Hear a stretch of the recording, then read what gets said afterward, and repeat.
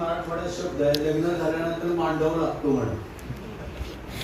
त्याला आता 3 दिवसानंतर तो जेव्हा एकटा जाईल तर त्याला इतकं ते उदास वाटणार आहे बेफाम की त्याला 3 दिवस त्याला स्वतःचं नाव विचारलं तरी त्याला सांगता येत नव्हतं, इतका तो तन्मयतेनं ते हे काम केलेलं आहे. तेव्हा असे हिरे निश्चित जन्मावेत, त्याच्यामुळे ह्या देशाला नावी मिळेल आणि केवळ त्याच्या एकट्याच्या ज्या परिश्रमामुळे आपण सगळेजण व्यवस्थित आपण हे सगळं कार्य करू शकलो.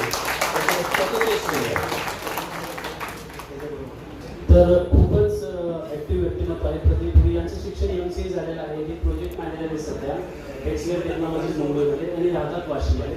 सर धन्यवाद. ओके, तुमची जी व्यक्ती आहेत ज्यांना मी बोलवतो त्यांनी इथे येऊन त्यांचं सत्कार करावा. योगेश पाटील आहेत का? नंतर